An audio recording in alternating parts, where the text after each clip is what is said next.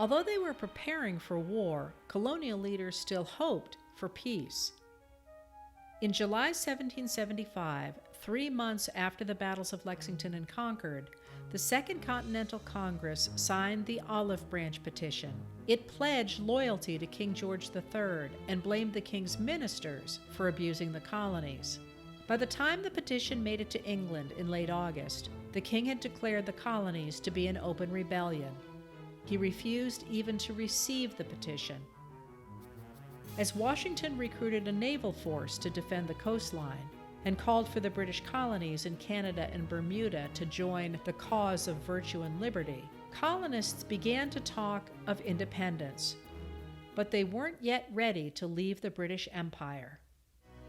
Then, in January 1776, Thomas Paine's book Common Sense took the fight directly to King George.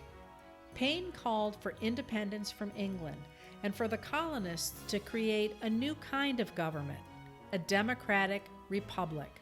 Common sense swept the colonies. The fight that had started in 1765 over the question of whether the king could be checked by the people had given the colonists an entirely new, radical answer.